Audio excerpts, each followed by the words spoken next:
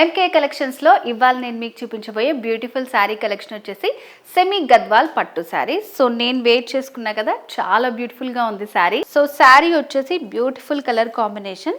So ఇది వచ్చేసి green ఇంకా మెజంతా పింక్ కలర్ కాంబినేషన్లో వచ్చింది. సో నెక్స్ట్ వచ్చేసి magenta pink with coffee brown combination.